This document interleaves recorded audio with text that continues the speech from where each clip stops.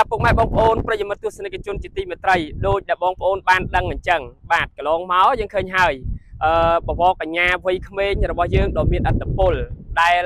មានឈ្មោះថាជូរីល្អហួសតែងតែធ្វើឲ្យមានក្តីរំជើបរំជួលទៅកាន់ពិភពលោកហើយមកដល់ពេលនេះគឺកញ្ញាជូរីល្អហួសក៏បានត្រៀមចិត្តរួចរាល់ដើម្បីទៅប្រកួតនៅលើឆាកអន្តរជាតិក៏ដូចជាទៅបង្ហាញ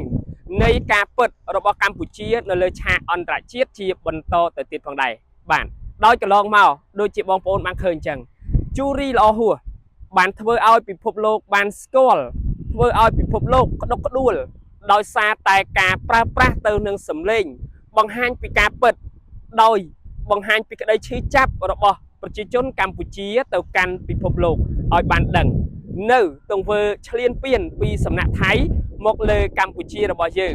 ហើយមកដល់ពេលនេះកញ្ញាជូរីល្អហួសនៅតែបន្តត្រៀមចិត្តដើម្បីទៅនឹងបង្ហាញលើឆាកអន្តរជាតិជាបន្តទៀត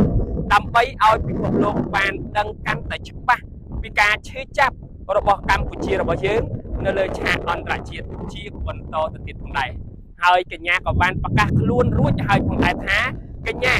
បានត្រៀមចិត្តត្រៀមកាយត្រៀមនៅពាក្យសម្ដីត្រៀមនៅអ្វីដែលជាការពិតដើម្បីបង្ហាញទៅកាន់ពិភពលោករួចរាល់ហើយផងដែរបាទអញ្ចឹងសូមឲ្យបងប្អូនរបស់យើង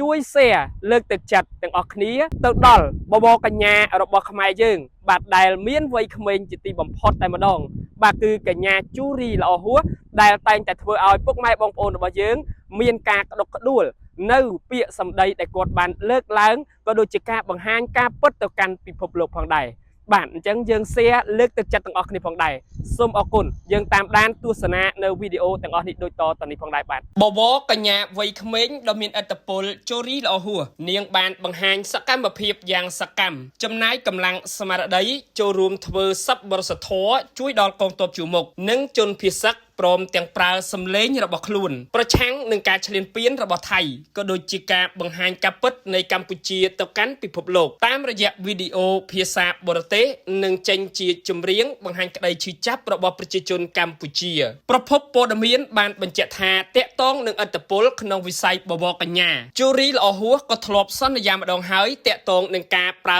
សម្លេងលើឆាកអន្តរជាតិដែលនាងបានប្រកាសថាបើមានឱកាសតំណាងកម្ពុជាទៅប្រកួតលើឆាកអន្តរជាតិក្នុងឆ្នាំ2026គឺនាងនឹងប្រើវេទិកាអន្តរជាតិដើម្បីនិយាយបកស្រោមមុខនៃការឈ្លានពានរបស់ថៃមកលើកម្ពុជាឲ្យពិភពលោកបានដឹងជាក់ស្ដែងកាលដើមខែវិច្ឆិកាឆ្នាំ2025កន្លងទៅជូរីល្អហួសក៏ដណ្ដើមបានឱកាសតំណាងឲ្យកម្ពុជាឈរលើឆាកអន្តរជាតិជាថ្មីដោយការរំពឹងទុកពោលគឺនាងប្រកួតបានតំណែងជាម្ចាស់មកុដថ្មីនៃបវរកញ្ញាយុវតី Miss Teen Cambodia 2025ស្របពេលនោះដែរល្អហួសក៏ត្រូវបានមហាជនផ្ទុះសរសើរខ្លាំងនៅភាពក្លាហាននិងឆន្ទៈដ៏មោះមុតរបស់នាងខណៈបានយកវេទិកាកម្មវិធី MTC 2025នេះនិយាយផ្សព្វផ្សាយអំពីឈ្លានពានរបស់ថៃមកលើកម្ពុជានិងរៀបរាប់ក្តីឈឺចាប់របស់កម្ពុជារងការវាយប្រហារច្រើនលើកច្រើនសារកន្លងមកដែលបានធ្វើឲ្យកក្រើកដល់សារព័ត៌មានថៃនិងបរទេសជាច្រើនបានចុះផ្សាយផងដែរស្របពេលប្រទេសជាតិនៅតែបន្តរងគ្រោះដោយសារការឈ្លានពានរបស់ថៃក្នុងនាមកូនខ្មែរស្នេហាជាតិដែលមានឥទ្ធិពលក្នុងវិស័យបវរកញ្ញាជូរីល្អហួសកំពុងតាំងចិត្តយ៉ាងមុតមាំរងចាំថ្ងៃដែលនាងឡើងទៅតំណាងកម្ពុជាលើឆាកអន្តរជាតិ Miss Teen International នៅប្រទេសឥណ្ឌាក្នុងឆ្នាំ2026នេះដើម្បីយកឱកាសជួយផ្សព្វផ្សាយពីកម្ពុជាដែលរងនឹងការឈ្លានពានតាមរយៈវេទិកាអន្តរជាតិនេះឲ្យពិភពលោកបានដឹងជួយរកយុត្តិធម៌និងសន្តិភាពសម្រាប់កម្ពុជាផងដែរ